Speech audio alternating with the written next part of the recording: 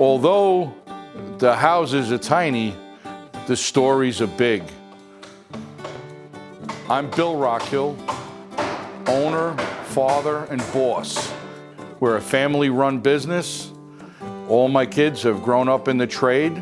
We started building tiny houses almost 25 years ago. While we were building big houses for people, they'd ask us to build a small one so that they can stay and watch us build the big one. And then their neighbor would see their little tiny house or cabin we built, and they wanted one, and that's how it all started. The number of stories are endless with tiny houses. Everyone has a story. Well, we're coming from Astoria, Queens. So it's Queens. It's one of the boroughs of New York. So it's about as big city as you can get. It's crowded, it's noisy, and we're trying to head across the country to get away from all that. I've always just really enjoyed building things, and that's what I do that's like my relaxation. I like small spaces. I lived in a 13-foot camper for a long time, and when I moved back to my 500 square foot house, I thought, I don't need half of this room. So tiny houses are interesting because I think there's a lot of people out there that want to downsize or be able to simplify their life on the one hand. On the other hand, it's a method to solve problems, from sustainability to providing people with barriers to employment to create these with sustainable materials. And I've heard about organizations that are using tiny houses to help the homeless in their community.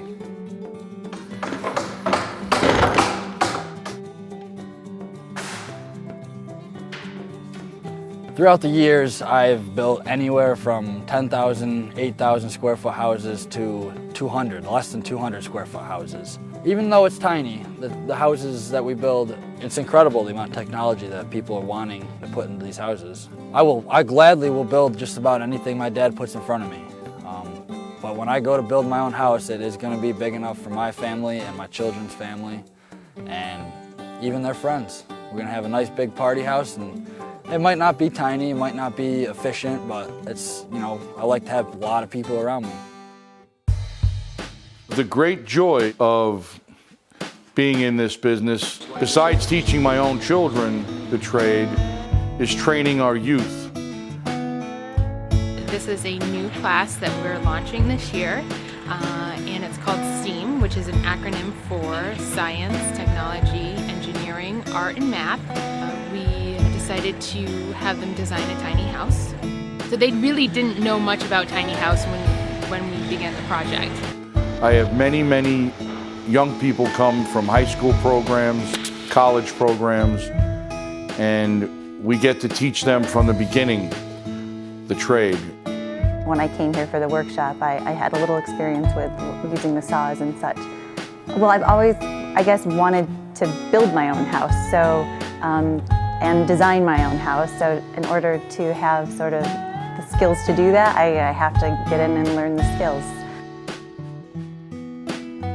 We're located in a very remote region of upstate New York in the Adirondacks. The community is a very big part of our life. Myself and Danielle, we're both very active firemen and paramedics. And two of my 4 children are both firemen and a junior fireman. When the siren goes off, we drop our hammers and we go help whoever's in trouble. Business is important, but when somebody's in trouble, that trumps everything. We gotta be there first. The interest in tiny houses has grown exponentially, from high school STEAM classes to tiny houses that are gonna be transported across the country. With every tiny house we build, anyone we build a house for now becomes part of our family. Although the houses are tiny, the stories are big.